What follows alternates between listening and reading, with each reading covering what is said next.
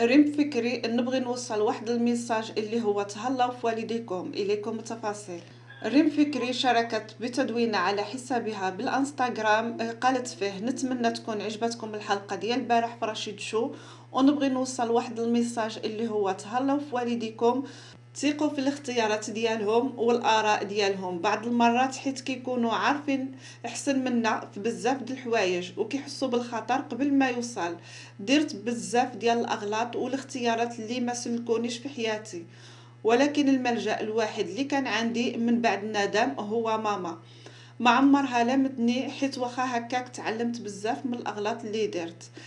هذه هي الحياة. حاجة أخرى، ما تحكموش على المظاهر، راه كنوريكم غير اللي بغيت. أنا إنسانة قنوعة ومتواضعة ومرضية الوالدين، وعزيز عليا البساطة كيف ما عزيز عليا حتى الفلوس، باش نتهلا في راسي وعائلتي وندير اللي درت. في الأخير كنلقى غير عائلتي اللي في جنبي. كنبغيكم بزاف وتهلاو في راسكم.